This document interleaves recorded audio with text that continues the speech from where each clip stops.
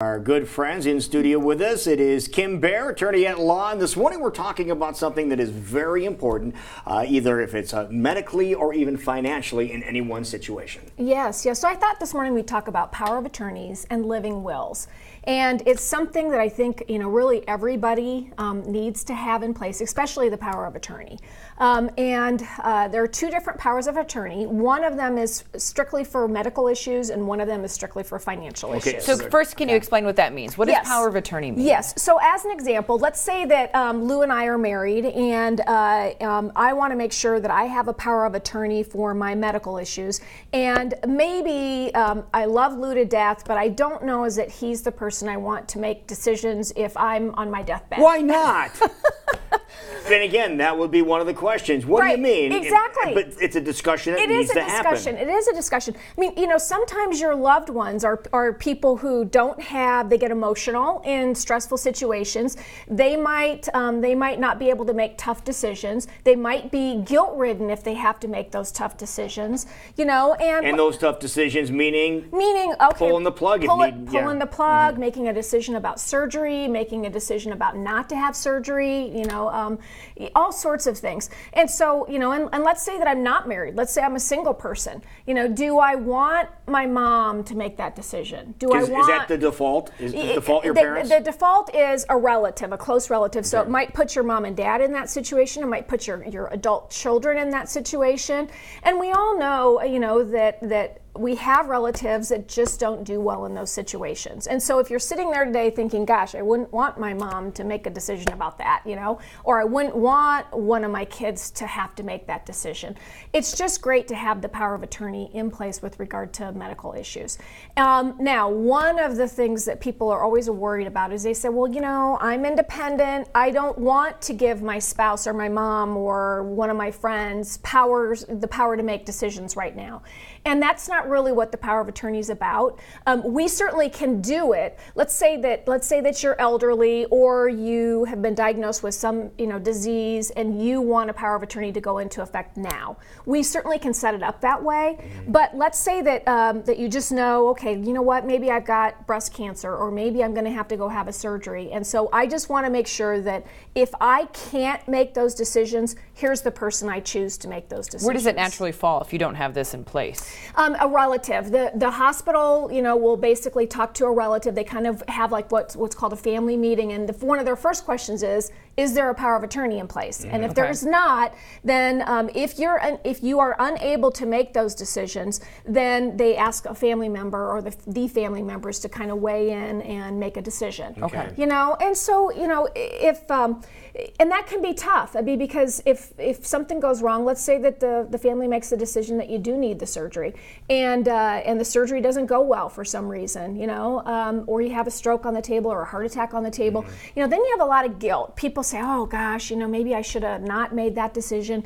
So what I see people when they come into my office and they want to talk about a power of attorney, they often say, this is my best friend that I've known since kindergarten. She's got a cool head. Or this is out of my 3 children, here's my child that I know will make good decisions and won't, and will follow my direction. Now, do both people have to know that this is going on? Ideally you want them to know, because you want to give them a copy of it, because they don't want to be caught off guard at the hospital. What do you mean? Surprise. Yeah, surprise. But so what we typically do is say, okay, check with somebody, make sure. But the language we can put in there, we can limit it and say this only goes into effect if a doctor has declared that I'm unable to make decisions, whether it's because I have a mental issue or I'm in a coma or I'm in and out of consciousness. So it's just something that's super important.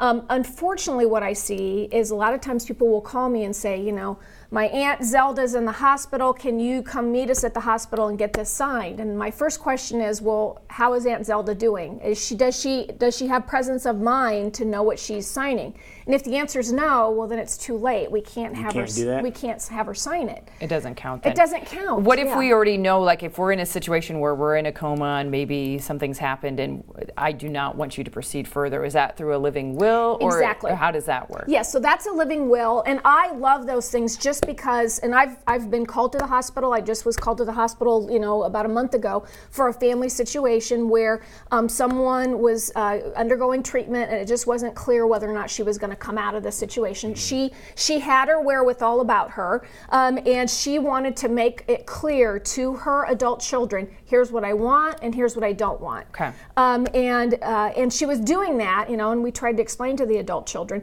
she's doing this because she doesn't want you don't have to make the decision now. The burden wouldn't be on their shoulders. The burden's not on the shoulders. This gets given to the healthcare provider, and the healthcare provider is going to follow this.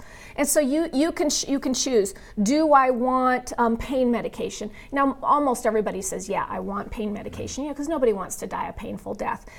If it's clear that I'm brain dead, do I want to be disconnected? Most people say yes.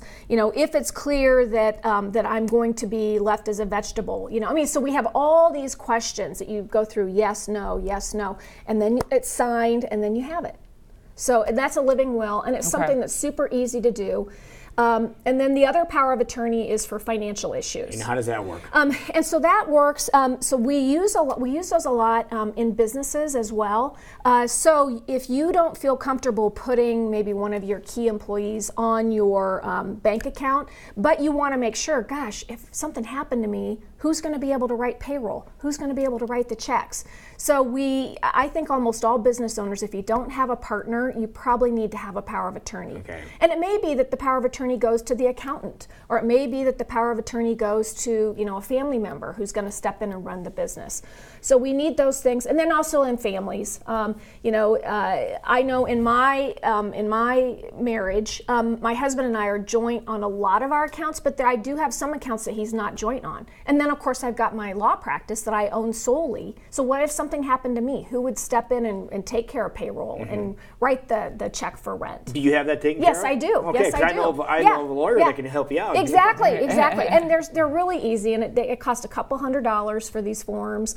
And if you get all three of them at once, there's a discount. So it's just something that's super easy to do, and everybody should have it in place. I know there are a lot of people that might be a couple but might not be married. Right. Would that be a good idea to have this in place for them as well? Absolutely, because if you're not married and you're not common law married, the hospital very well may not defer to someone that you've been in this long-term relationship with.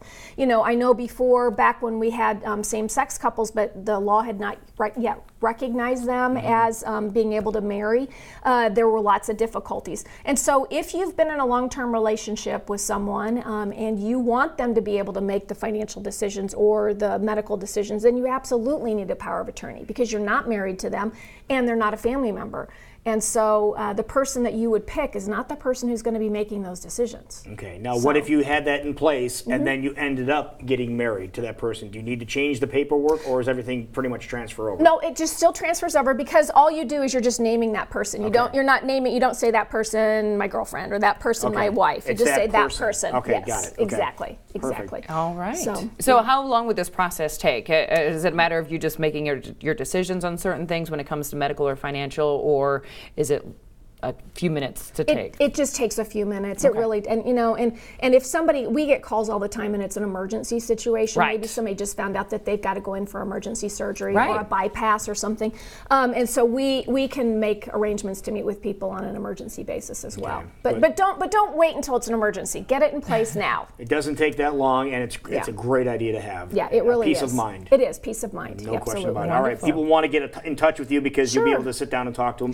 Sure. Just give us a call at 279-2000. We're more than happy to sit down. There's no charge to come in and talk for a free 30-minute consultation. So. That wonderful. Works. Yeah. Wonderful. Well, thank you, Kim. Yeah, absolutely. Great Good to see you guys. Thank you. Be careful out there. Oh, I know. It's like. It is 7:40, and we will be right back. This is CW Iowa.